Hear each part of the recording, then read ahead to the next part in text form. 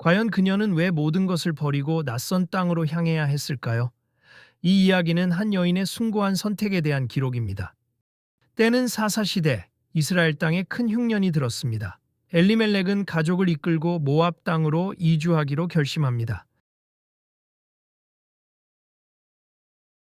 엘리멜렉의 아내 나오미와 두 아들 말론과 기료는 그렇게 낯선 땅 모압에서 새로운 삶을 시작하게 됩니다. 하지만 모압 땅에서의 생활은 순탄치 않았습니다. 엘리멜렉이 갑작스럽게 세상을 떠난 것이죠. 설상가상으로 나오미의 두 아들 말론과 기료는 모압 여인들과 결혼을 합니다. 말론은 룻과 기료는 오르바와 혼인한 것입니다. 그러나 행복도 잠시 나오미의 두 아들마저 세상을 떠나고 맙니다. 나오미는 남편과 두 아들을 모두 잃는 슬픔을 겪게 된 것입니다. 모든 것을 잃은 나오미는 고향 땅 베들레헴으로 돌아가기로 결심합니다. 더 이상 모압에 머무를 이유가 없었던 것이죠. 나오미는 두 며느리에게 말합니다. 각자 너희 어머니의 집으로 돌아가라.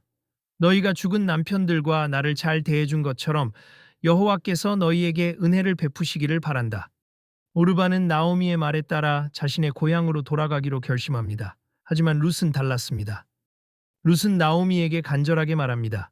어머니를 떠나 돌아가라고 강권하지 마십시오. 어머니께서 가시는 곳에 저도 가고 어머니께서 머무시는 곳에 저도 머물겠습니다. 어머니의 백성이 제 백성이 되고 어머니의 하나님이 제 하나님이 되실 것입니다. 어머니께서 죽으시는 곳에서 저도 죽어 묻힐 것입니다. 여호와께서 저를 벌하시더라도 죽음 외에 다른 것으로 어머니와 헤어지면 벌을 내리실 것입니다. 나오미는 룻의 강한 의지를 보고 더 이상 만류하지 않습니다. 결국 두 사람은 함께 베들레헴으로 향하게 됩니다. 베들레헴에 도착한 나오미와 룻, 사람들은 나오미를 알아보고 놀라워합니다.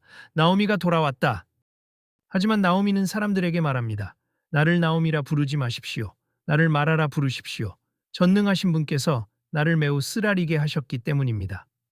보리 추수 시기가 되자 룻은 시어머니 나오미를 위해 밭에 나가 이삭을 줍기로 결심합니다. 가난한 이들을 위한 율법에 따른 것이죠. 놀랍게도 룻이 이삭을 줍게 된 밭은 엘리멜렉의 친족인 보아스의 밭이었습니다. 운명의 장난이었을까요? 보아스는 룻에게 호의를 베풀며 다른 젊은 여인들과 함께 이삭을 줍도록 허락합니다. 그리고 룻을 보호하며 함부로 대하지 못하게 일꾼들에게 지시합니다. 룻은 보아스의 호의에 감사하며 그에게 엎드려 절합니다. 저는 이방 여인인데 어찌하여 제게 이렇게 은혜를 베푸십니까? 보아스는 룻에게 대답합니다. 남편이 죽은 후에 시어머니에게 행한 모든 일과 고향과 친족을 떠나 전에 알지 못하던 백성에게 온 일에 대해 내가 자세히 들었소. 여호와께서 네가 한 일에 대해 보상하시기를 바라오. 이스라엘의 하나님 여호와께서 네 날개 아래 보호를 받으러 온 내게 완전한 상을 주시기를 바라오. 룻은 그날 보아스의 밭에서 많은 이삭을 줍고 집으로 돌아갑니다. 나오미는 룻이 가져온 많은 양의 이삭에 놀랍니다. 룻은 나오미에게 자신이 보아스의 밭에서 이삭을 주었다고 말합니다. 나오미는 보아스가 자신의 친족임을 알고 기뻐합니다. 나오미는 룻에게 보아스의 젊은 여인들과 함께 계속해서 이삭을 줍도록 조언합니다. 다른 밭으로 가지 않도록 말이죠. 룻은 나오미의 말에 따라 보아스의 밭에서 보리 추수와 밀 추수가 끝날 때까지 계속해서 이삭을 줍습니다. 시어머니를 극진히 섬기며 살아간 것입니다. 어느 날 나오미는 룻에게 보아스와의 관계를 발전시킬 계획을 세웁니다. 룻에게 특별한 지시를 내리는 것이죠. 나오미는 룻에게 목욕하고 기름을 바르고 옷을 입고 타작마당으로 가서 보아스가 잠자리에 들 때까지 기다리라고 말합니다. 그리고 보아스가 잠자리에 들면 이불을 들추고 그의 발치에 누우라고 지시합니다. 룻은 시어머니의 모든 말에 순종합니다. 밤이 깊어 보아스가 잠에서 깼을 때 그의 발치에 누워있는 룻을 발견합니다. 보아스는 깜짝 놀라 룻에게 묻습니다. 네가 누구냐? 룻은 보아스에게 대답합니다.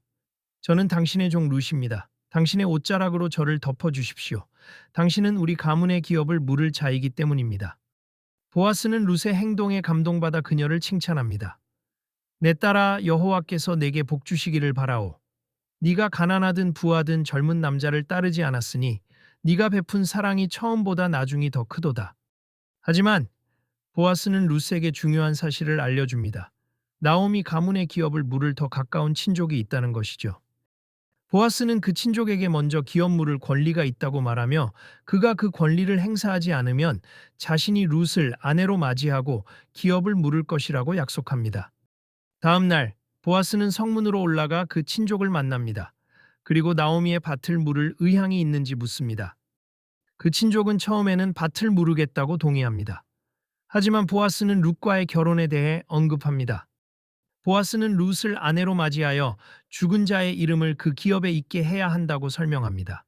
그러자 그 친족은 자신의 기업에 손해가 될까 두려워 권리를 포기합니다. 결국 보아스는 룻을 아내로 맞이합니다. 그리고 그들은 아들을 낳습니다. 그 아기가 바로 오벳입니다. 오벳은 다윗 왕의 할아버지가 됩니다.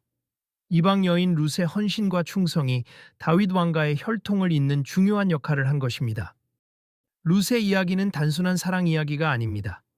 낯선 땅에서 시어머니를 향한 룻의 숭고한 헌신과 충성이 어떻게 역사를 바꾸었는지 보여주는 감동적인 서사입니다.